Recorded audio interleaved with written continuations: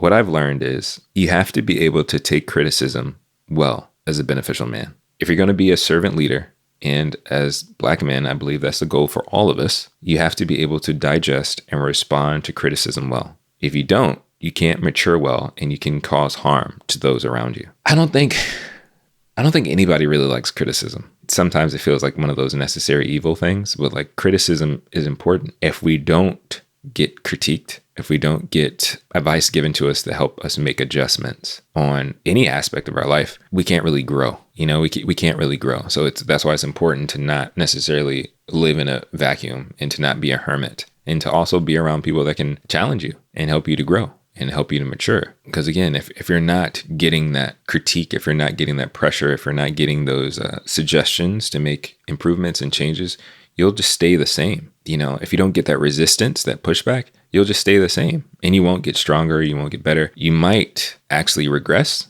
or become more stubborn and stuck in things that aren't helpful for you. So it's really important that we learn how to receive criticism well and be open to it. And I think one of the negatives that I see a lot currently, at least online, particularly when it comes to the manosphere stuff and red pills and just masculinity and men personal development, is sometimes we can be really, really bad at receiving criticism, and more specifically, receiving criticism from Black women. That's not good, especially when Black women are our people.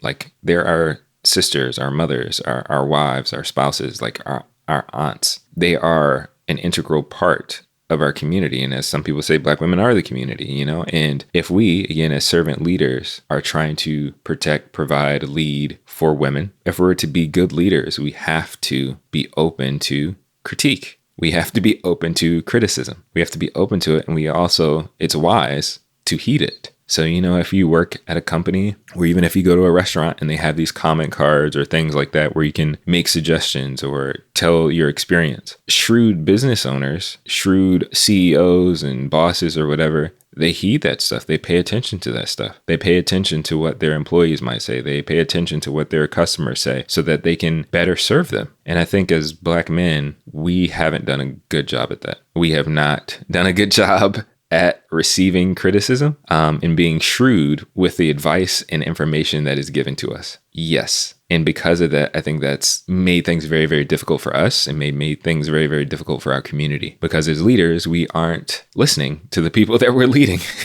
and it's the least of these in our community is women and children. And if we're not paying attention to that, if we're not heeding what's being said, if we're not, making it a priority to honor those comments and those critiques that are being shared with us, we can't improve, we can't get better, and we can't become better leaders. And what I've seen and heard and experienced with a lot of folks who have this very misogynistic, very manosphere, red pill ideology, patriarchal ideology about men, particularly about Black men, that dismisses and discounts the voice and the words of Black women and other, I would say, oppressed or marginalized individuals within our community, it keeps us in an echo chamber, and it keeps us from actually growing and keeps us from actually serving well. So, if you don't even have to be married, but if a woman on your job is trying to communicate something to you about the way that maybe you're doing something in regards to how you're treating other customers or how you're doing this business, but you discount her voice because she's a woman, you're missing out on vital information. You're missing out on helpful wisdom. You're missing out on things that could help you and then ultimately help the company, right? And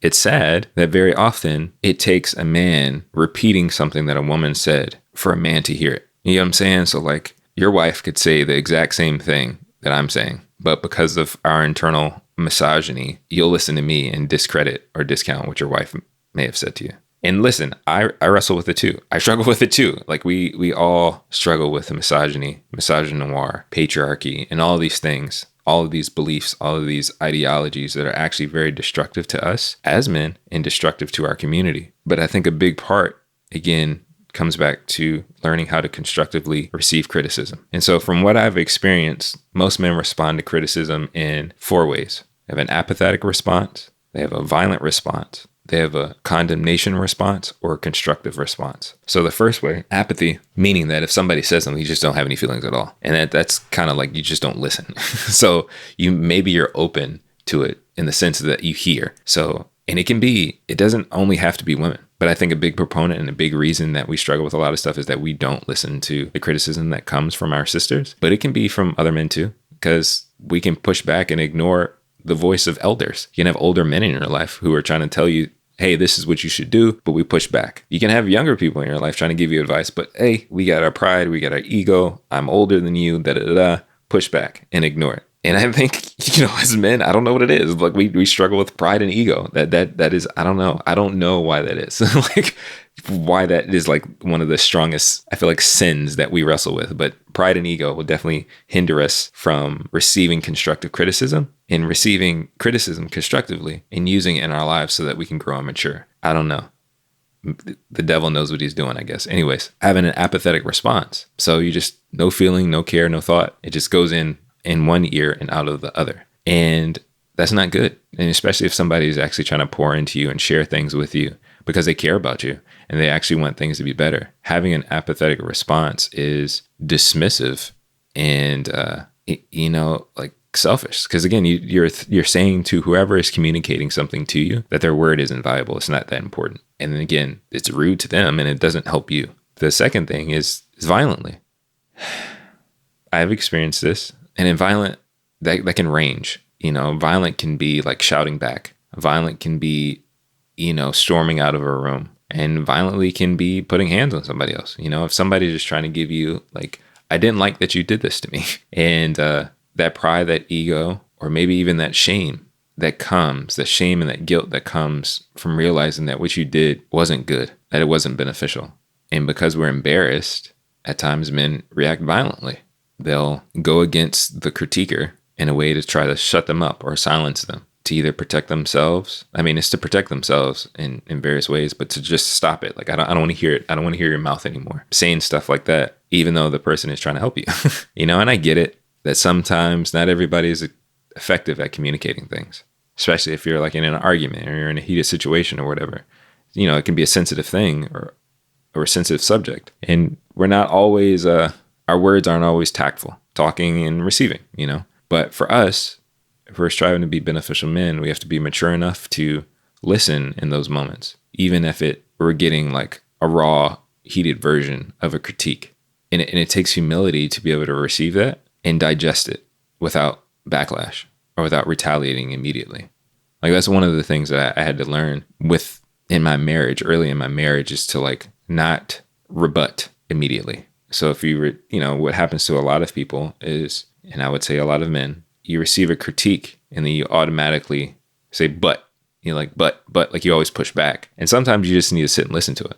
Sometimes you just need to sit and listen, read the comment cards. Probably a lot of the times, actually, you just sit down and like read the comment cards, digest it, and not automatically try to discount it or ignore it or push back or try to defend yourself. And that's a hard thing to learn. But if you're choosing and trying and striving to become beneficial and you want to actually be a better leader and a better person to those around you, you want to do things more for good to those around you, you got to be able to shut up. You got to be able to sit there and take it. You got to be able to sit there and hear the criticism. I mean, sure, maybe you can disagree with it, but in that moment, let it come out first. And then you have to be tactful and wise. And if it's even necessary for you to respond. Sometimes it's not necessary to respond. Sometimes you're just taking it like, all right, I got you. I hear you. And you respond through action, not violent action, but you respond through action. So I don't know, say you forgot to leave the toilet seat up and you keep forgetting to leave you keep leaving the toilet seat up and your wife responds to you and says, hey, can you stop doing this or whatever? Instead of just automatically like pushing back or being angry about it or being apathetic about it. You're just like, okay, I hear you. You've expressed that.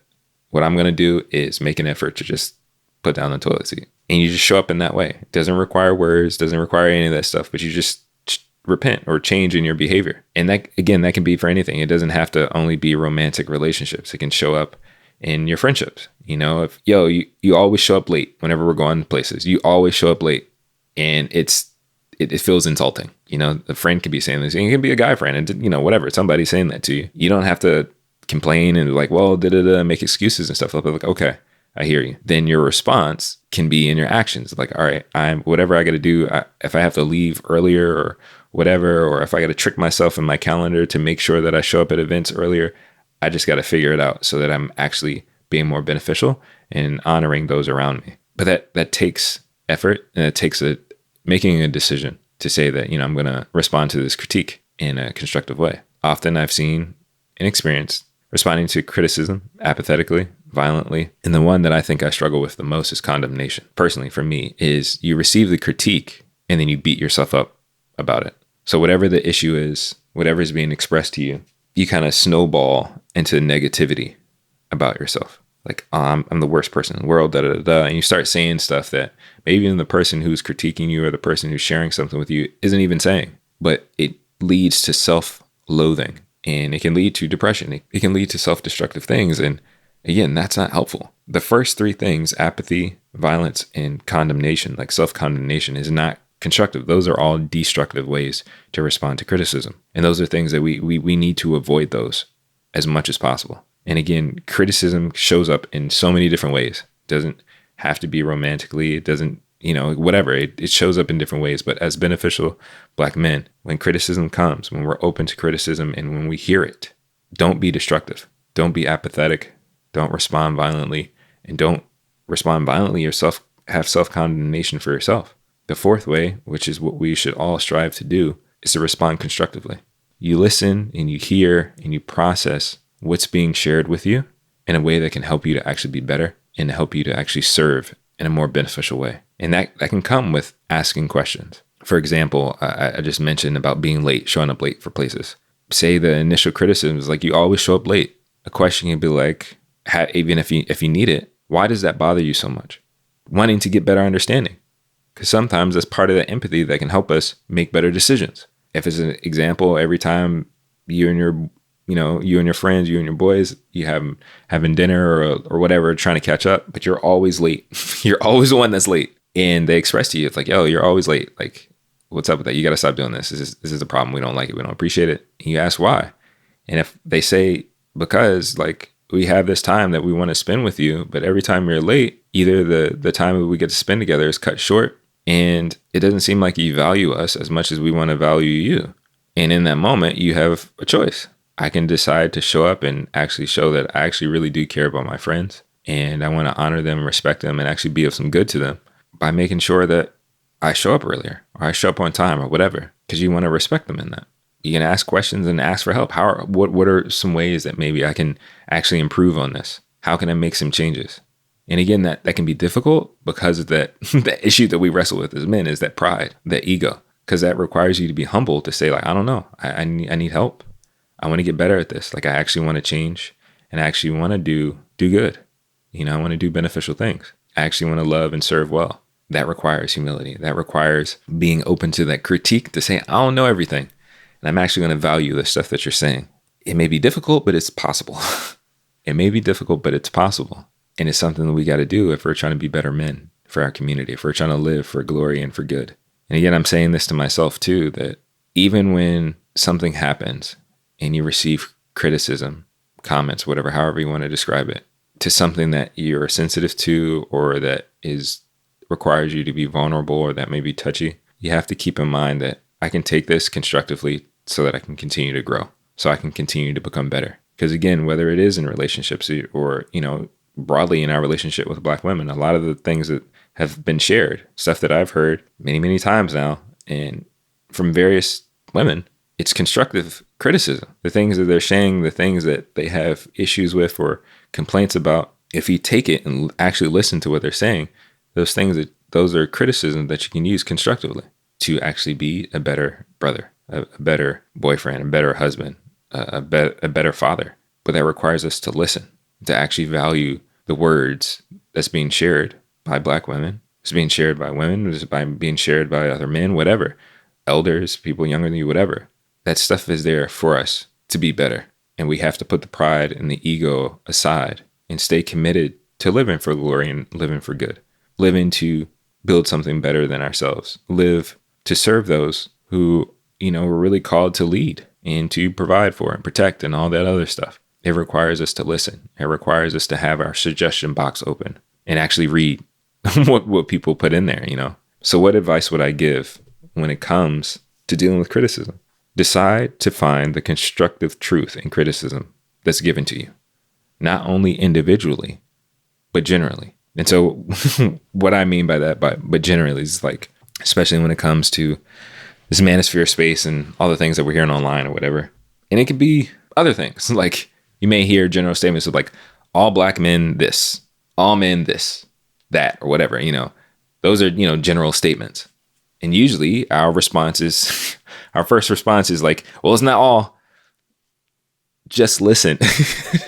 just listen to what's being said. If it's not you, cool, but just listen. Don't automatically, again, like I said, that's one of those responses to criticism. Don't automatically just push back. Listen. I'm telling you from experience, and yes, it can be difficult and can be challenging, again, to say to the ego and to that reptilian brain, that pride, shut up for a second. Let me put you back and actually be open to what's being shared. So if you have general things, and again, it could be, I don't know, all engineers, all bus drivers, all whatever, anything that can be related to you, when the critique comes up, even though you're represented in the general, you automatically push back in the individual. Be open to the general statement. Be open to the general critique first. Listen to it, because more than likely you can use it constructively, even in your own individual case. And again, like I use the example, it may not be you specifically, but maybe it can be something you can share with other people in that general case. So if you hear all black men, yada, yada, and it's not you, but you know other black men who actually do that, you could be useful in hopefully providing constructive criticism to help your brothers. But that requires us to be open, and not automatically pushing back, not automatically being apathetic to the criticism. All black men, I don't want to listen to that. All black men, you get upset and angry. Or all black men, and you beat yourself down about it. I'm just using that as an example, right? We need to be open to both individual, very specific criticism, but also general, in understanding how to apply it to yourself. The tricky part, I will say this, the tricky part about knowing how to take criticism constructively can be conforming yourself to all criticism, which could actually be harmful to you and others. We have to be spirit-led and also use wisdom to identify which things would actually be beneficial for glory and for good. And so I had two examples of this. So one example I would say is a good example is that early in my relationship with my wife, I feel like I talked about this in another podcast episode, but how I communicated whenever we would have conversations or even like arguments and stuff, be very animated, with my arms and with energy and whatever. And, she expressed to me that for her, because of the experiences that she's had in her life, is very triggering. Because she's experienced, and then she's talked about it on her channel, but she's experienced like abuse in her life. And so that kind of communication, being intense in that way, triggers her because it feels unsafe. Even though, she may know and understand that I'm not going to do anything to her, but it makes her feel that way. And so when she's feeling that way, it can shut her down and she doesn't want to engage and she doesn't feel safe. So, she expressed that to me. And because I love my wife, because I care, I receive that criticism. For some people, it can be like, no, that's just the way I talk. You just need to understand. I can't do anything about it. Push back. Again, as men, sometimes it's like, well, that's just how men talk. We just whatever. But no. If you are a good leader, if we're supposed to be leading our community, protecting our community, providing for our community, we need to understand what's best for those that we're called to serve. Again, it can be women, it can be other men, it can be children, it can be whoever we're supposed to as beneficial men impacting. It can be other beneficial men. If they communicate something to you, a critique, a suggestion, a comment that can actually impact you and impact them, we got to take that in consideration and not just stand 10 toes down or put our heels in the ground and just be stubborn and prideful. It's like, well, that's just the way it is. I can't help you. Like, what? No, that means you're being a bad leader. You're being a bad servant leader. You're being not constructive and you're not being beneficial. And so, yeah, if you care about somebody, if you care about your children, if you care about your brothers, if you care about your sisters, if you care about your wife, if you care about, whoever, you got to take that stuff into consideration. And that's a good example of, receiving criticism and applying it and responding to it in a constructive way, in a good way. Bad example. So this is an example that came to mind, but one of my favorite movies is a Goofy movie. It's a Disney classic. If you haven't seen it, get Disney Plus, watch it. Whatever you got to do, watch it. It's a good movie. It's a really good father-son movie, actually. which is probably kind of why I like it. But anyways, so a Goofy movie, again, classic Disney movie. General escape, try to get like a good quick synopsis of the movie. Max, Goofy's son, is having problems in school. His principal calls Goofy and says pretty much that your son has been acting crazy and he's wilding out. And if you don't get him together, he's going to end up in prison or worse, in the electric chair. That's kind of like a quote from the movie. So Goofy freaks out about it and he's like, oh no, I got to do something. I got to protect my son. I got to save him, whatever. And so it's summer break. And what Goofy plans on doing is taking his son on a traditional trip that he and his father went on. So like Max's grandfather, it's a fishing trip, right? And so the fishing trip requires them to go Lake Destiny, Idaho. That's where they're going. Sorry, but the plan is to go to Lake Destiny, Idaho for this fishing trip. Max has issues with it because that summer he's supposed to be hanging out with friends and a girl that he likes or whatever, and they're supposed to be hanging out and they're supposed to be going to this party or whatever. But because Goofy cares and, he received the call from his parent, from the principal at school, he takes Max on this crazy wild road trip, right? And so while they're going on the road trip, Max and Goofy keep clashing and they're having all these bad experiences. And Goofy is like, I'm just trying to like love on my son or whatever, and it's just not working out. And eventually they meet up with Pete and PJ, who are, if you've seen the Goofy movie or Goof Troop, it's like their neighbors or their friend or whatever, right? And so Pete and PJ have more of a their relationship isn't as loving and buddy as Goofy and Max. Like their relationship is very disciplinarian. Like Pete is more the disciplinarian and PJ does whatever he says he does. And so Goofy kind of explains to Pete what's going on, and Pete's advice is like, and critique is like, you're kind of like, you're kind of too soft with your son. Like you need to be, in essence, you need to be more like me. You need to keep him, when he's all these quotes from Malaysia, like you need to keep him under your thumb. You need to keep him under your thumb, right? And so Goofy is like, okay, let me try this out. He ends up trying it out and it doesn't work. And it doesn't work. Like it ends up like, Max and their relationship, they get pushed further and further apart and it doesn't ultimately work. And so we come to find out that what works actually best for Goofy and Max, and probably a lot of relationships, is actually communication and listening to one another and talking about stuff and being open or whatever, even in a father and son dynamic. So, at the end of the movie, everything's good and everything's nice, whatever. But that's a bad example of a critique that actually wasn't beneficial for their relationship.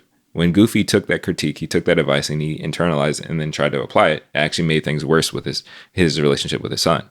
So just because somebody else is doing something and just because somebody else, gives a critique, not all pieces of advice is actually good. But we have to have wisdom and be spirit-led to identify, okay, is this thing actually going to be good? Is this actually going to be beneficial? And again, I go back to, we'll use emotional intelligence.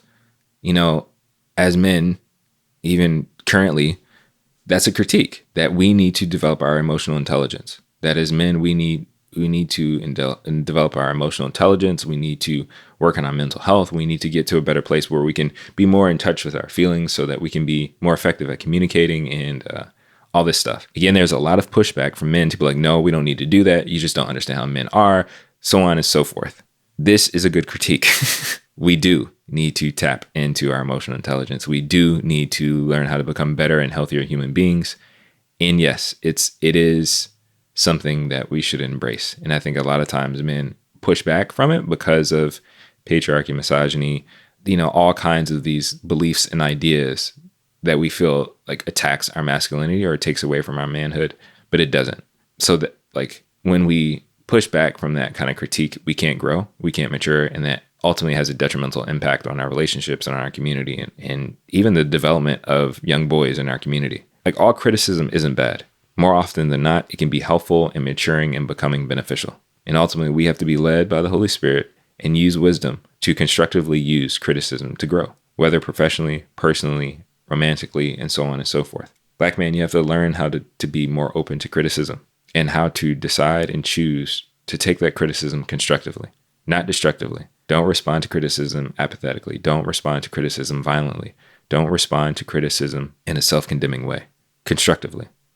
Take what's being shared with you and use it to become beneficial. Use it to live better for glory and for good. Use it to grow. We need it. We need the voice of those around us. We need the voice of our sisters in our community of Black women We need to listen to that voice. We need to listen to other Black men that are helpful. We need to listen to our elders. We need to listen to, the scripture says, out of the mouth of babes, words and wisdom can come. We need to be open to these things so that we can ultimately become better men that can serve our community and be beneficial to our community. So don't tune out people. Don't think you know everything. Don't automatically just fight and push back. Be open to that criticism. As we wrap up the show, thank you for listening. If you've been enjoying it, if you're on YouTube, like, share, and subscribe. If you're listening on your favorite podcasting app, please rate and review on Apple Podcasts. Check out the video, How to Become a Beneficial Man, to help you continue on your journey. Black man, continue to protect your mental. Find time for an emotional release valve. And realize that you're called for more than mediocre living. You're here for a purpose, to live for glory and live for good. Protect your mental, make time for an emotional release valve, and keep striving to become beneficial. I believe in you. Go make something for yourself, of yourself, and for glory and for good. Talk to y'all later. Peace.